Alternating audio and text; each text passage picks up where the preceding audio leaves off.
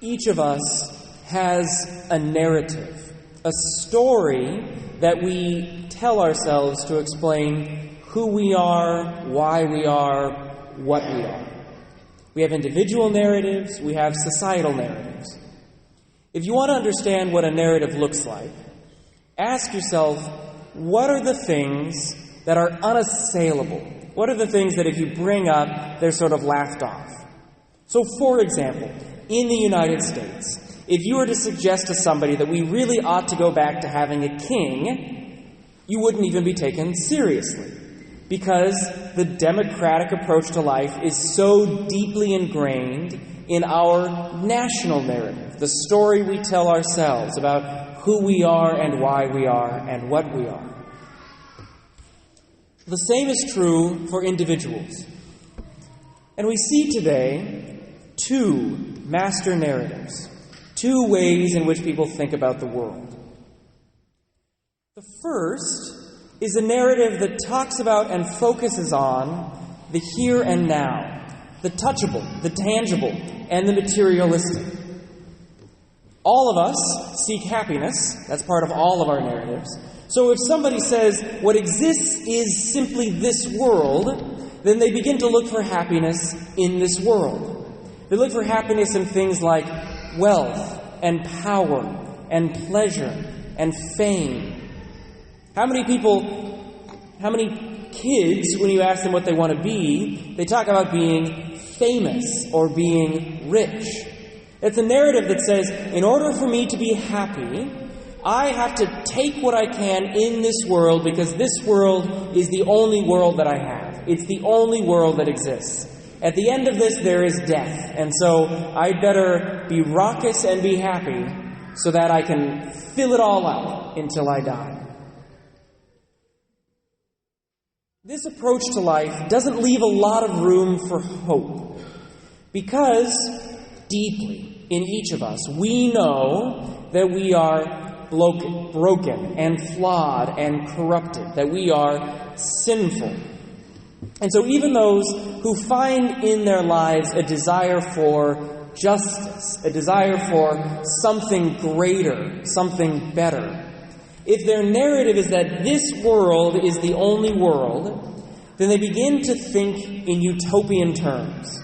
Well, if this world is the only world, then the justice and perfection that I desire has to be found in this world. And so we see them trying to work toward a world that honestly we believe is never going to come about. But they don't know that. They don't realize that. And so you see people make, for example, politics their religion and their political party their denomination. Because if justice and happiness can only be found in this world, then the only way I can bring about justice and happiness is through worldly means, through politics. That becomes my dominant narrative. But if human beings are sinful and flawed and broken, if it's truly utopian thinking, if we're trying to work toward a world that's never going to come about because we keep messing it up, but that's the only hope that a person has, what would we expect? Would we expect them to start with an optimism, a joy? We can do this. We can make this happen. And then a hopelessness, because they keep getting frustrated. I keep trying and I keep working and there's nothing I can do and it keeps failing. And then they become desperate and then they become bitter and then they become angry.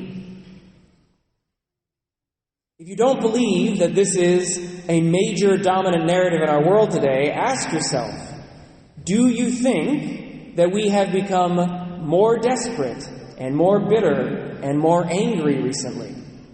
Could it be it's because we have lost hope in this world, and that many of us do not have a narrative to suggest that there is anything other than this world, and so all we are left with is hopelessness and bitterness and anger? This worldview, because it's so based in the here and the now, is also based on the idea that we are the only ones who can act, that we are the ones who bring it about, which is why we become so hopeless. Because we work, we try, And yet, our sinfulness, our brokenness, our corruption, it interrupts. It gets in the way. And so if I'm the one I have to rely on and I keep failing, or if you are the one I have to rely on and you keep failing, things are not going to go well. To rely on flawed and broken humanity is not going to end well for any of us. And I want to be clear, even though the focus of this narrative is very much on the material world, people can still have this narrative even if they report to believe in God.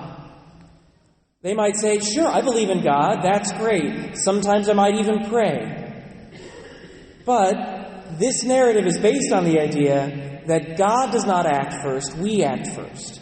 Maybe this is a deistic God. Maybe this is a God who created the universe, who's a generic spiritual force. Maybe it's a God who simply just makes us feel good or gives us what we want. We are still in control with this God. We are the one who act, and salvation depends on us. But like I said, there are two narratives. And that second narrative, the second story we might tell ourselves to understand who we are, what we are, why we are, is that there is something greater going on. There's something more than simply the material or observable world.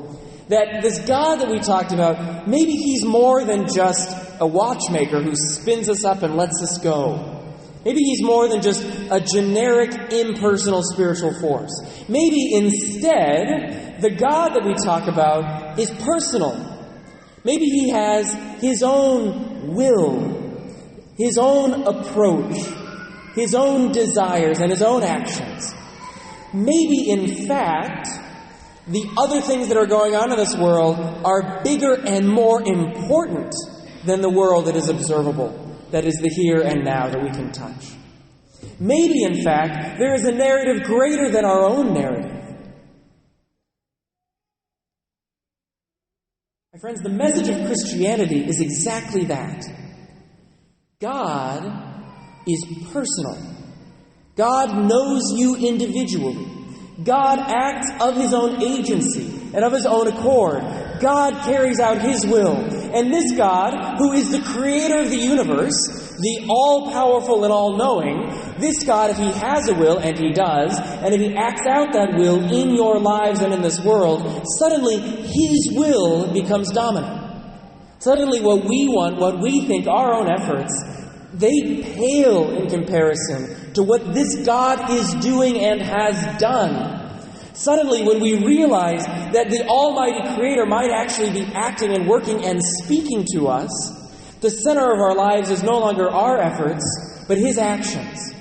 It's no longer our opinions, but his word. We suddenly crave to know, what is the Creator doing? What has he done? What has he taught us? How can I learn? We have a craving for the Scriptures. We have a craving to know the story of Jesus, because suddenly we realize that the weight of the world isn't on our shoulders, that God is acting and has acted. I say that God is personal. I say that he knows you intimately, that he loves you intimately. And you might say, oh, Father, you talk about these two narratives, but the second one, this idea that there's more going on, this is wish fulfillment. You just tell yourself that story because you want to feel good. In fact, life is gritty and hopeless, and it's all on our shoulders, and we have to make our own meaning. And no matter what story you make up, it's still the truth. You're just running from the truth and running from your responsibilities. This is the existentialist position, and it has taken over the world. But I'm telling you, we have historical proof that this is true. Even though this narrative that says that there's more going on, says that there's more than this world that we can observe, God is not apart from this world. He is greater than this world. His actions are more than the here and the now. But he is not apart. He is not aloof. He knows you and loves you so much and so intimately that he himself decided to enter the here and now in the person of Jesus Christ. That's a real man who lived in Palestine, a real flesh and blood human being, who is also God, entered into history. And not only does he love you enough to enter into your experience, to partake in the here and now, even though he is greater than the here and the now, he also chose to save you from all of those flaws and all of that corruption we've been talking about, all the source of our hopelessness. The Lord entered into history to make sure that that hopelessness, that corruption had no power over you. Jesus Christ, flesh and blood human being, lived in an actual time and an actual place. He died on the cross, an actual torture device of the actual Roman Empire. And then he was seen. Having been dead and laid in a tomb, he was seen by eyewitnesses to be resurrected from the dead. They knew he was dead. They held his body as they put it in the tomb. The Romans were exceedingly effective at killing their criminals. They knew he was dead. And then they saw him resurrected. An actual historical event that actually happened. There is no gap in the historical record. The scriptures that we have are either eyewitnesses' account, like our gospel today. This is written by the Apostle John. The details that he provides about these burial cloths being rolled up, about who saw Jesus and when. These are not the marks of a myth or a narrative to make us feel good. This is somebody who saw it. In his gospel, he mentions, I was an eyewitness. He mentions it in reference to the cross. I saw the blood and water come from his side. This gospel was written by John, who walked with Jesus. It was received by eyewitnesses to the resurrection, and by those who could easily have proved him wrong if it was a forgery. If they could have produced a body, they would have. But there is no body because the tomb is empty. Jesus is risen from the dead. We have eyewitnesses' account, and there is no gap in the historical record. Every generation of Christians is accounted for. There's no place where somebody could have made up a story. Jesus did rise from the dead. This is proof that God loves you. It's proof that God knows you and that God is the one who is acting. My friends, I don't know why someone would choose to believe that this world is all that there is, when we have proof otherwise.